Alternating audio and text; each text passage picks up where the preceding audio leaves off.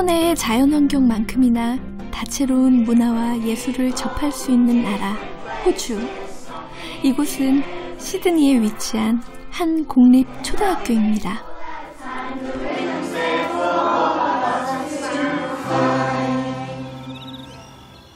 And we have already installed a what's called a pop-up parklet, and it's a little colourful little area that children can come and sit in and read or talk to each other, and it's been created through the use of recycled materials. You can see that. 그 색상과 디자인만 봐도 예술적 영감이 넘쳐날 것만 같은 이 학교는 학생들의 약 25%가 원주민 출신입니다. 마침 음악 시간인데요. 학생들이 앞으로 나와 드럼 연주를 선보이는 중입니다.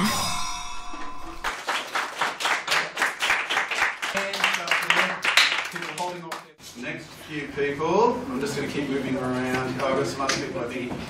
I know, I don't want to miss anyone. Hey, I really love how everyone else is listening along. You might want to try and tap along. First of all, your right hand. Make it right hand. 수업에서 가장 중요한 건 그저 보고만 있는 게 아니라 직접 참여해보는 겁니다.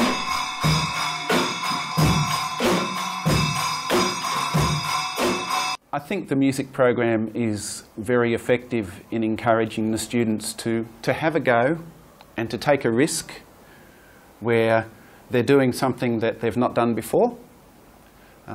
But hopefully with the teaching and with the supports that I give, they can do it in a way that's successful. Excellent. And 이런 작은 도전과 시도들이 하나둘씩 쌓이다 보면 자연스럽게 아이들의 자신감도 커질 수 있다는 것인데요.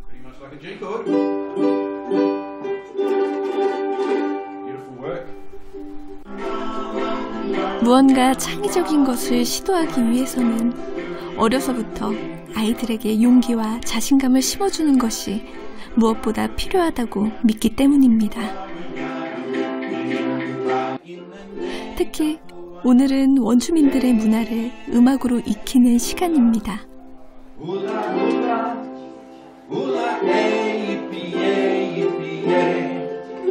This one's easy.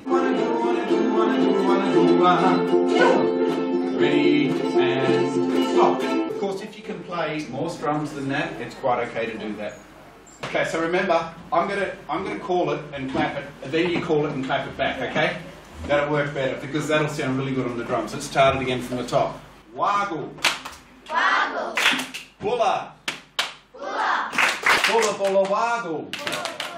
호주의 학교들은 다문화 사회라는 현실적인 문제를 풀어나가는 방법으로 문화예술 교육을 활용하고 있는데요. 이 학교는 일명 창의적 예술 프로그램을 운영하고 있습니다.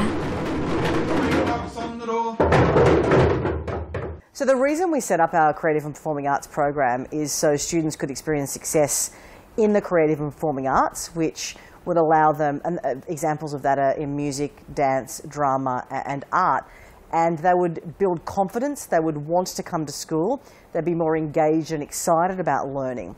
And once they were experiencing that excitement and that engagement in learning, 예술이 아이들 스스로 삶의 주인공이 되도록 도울 뿐 아니라 동시에 다른 이들의 다양성을 존중하고 인정하는 데 도움을 준다는 것인데요. 이 학교는 수업도 예술을 도입한 통합교육 방식입니다. Chosen one of my ugly fish was ugly and big and mean. He liked swimming around his fish tank. 우선 교사가 2명. I'm ugly fish, said ugly fish. And there's only room for one fish in this tank, and it's me, said ugly fish. 지금 책을 읽는 선생님은 미술 담당 교사입니다. They mean stop because there might be some danger. And the author, the illustrator rather, has shown that in his picture by changing the colour of the water. How does ugly fish feel there? Scared. Would you be scared? Yeah. Are you scared when someone starts to bully you? Yeah. 아이들의 생각과 반응을 살피며 책의 내용을 편안하고 자연스럽게 전달해주는 선생님. You have to imagine that the tank of water or the ocean is already there in front of you. Okay, so you're adding characters to the water. Righto? Okay. Off you go. Off you go. Off you go. Off you go. Don't forget to put your... 아이들은 옆 교실로 옮겨 방금 들은 동화에서 떠올린 느낌들을 각자 그림으로 표현합니다. You take a new brush. Draw me some animals that you would see under the sea. And they can be happy fish, they can be sad fish, they can be unusual looking fish. You can use any colour that you choose. Can you tell the person next to yours? 아이들로 하여금 굳이 이렇게 미술로 표현하게 하는 까닭은 무엇일까요? There were some children very hesitant to put up their hand and contribute to the discussion or answer any questions. So I'm hoping that now, once they've had a chance to express themselves in this art form, that when we go back into that space to have a more formal lesson, that those children will feel a little more comfortable, a little more confident in contributing to the discussion. 이번엔 국어 선생님 차례. What happened in the story, but how did you feel when Ugly Fish was being a bully? Yes? If someone bullied me, I'll feel sad and frightened. It's a good word. Sad and frightened. You might feel sad and frightened, which is true. Yes? How else might you A feel? little bit nervous that they'll do it every A bit single day, nervous. every single Okay, day. so I'm going to write some of these words on our... And we've got capital letters there because that's actually the fish's name. Ugly Fish. So we've got, he was being a bully. We've got words like it made you feel sad and frightened And nervous. and nervous. These are all words of what was how you were feeling, but also that's how the other fish would have been feeling. Angry. Sorry? Angry? Sometimes if you're being bullied, you might be a bit angry about that. I feel when I 이렇게 그림을 그리기 전보다 훨씬 깊어진 아이들의 생각을 구체적인 단어들로 연결해 줍니다. He's just written 그리고 난 뒤 짧은 글짓기로 각자의 생각을 정리해 발표하게 하는데요. all happy colours.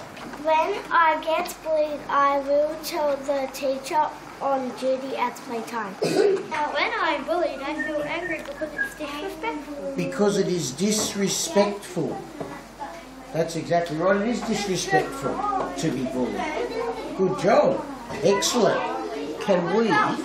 Well, Michael has a background in art, so he's the creative brains behind it all. He's the one that's got the artistic flair, and so that's his perspective.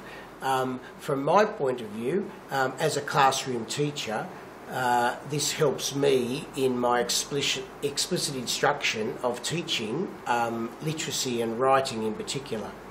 And so I bring the classroom teaching point of view from it, and Michael brings a art teaching perspective to things.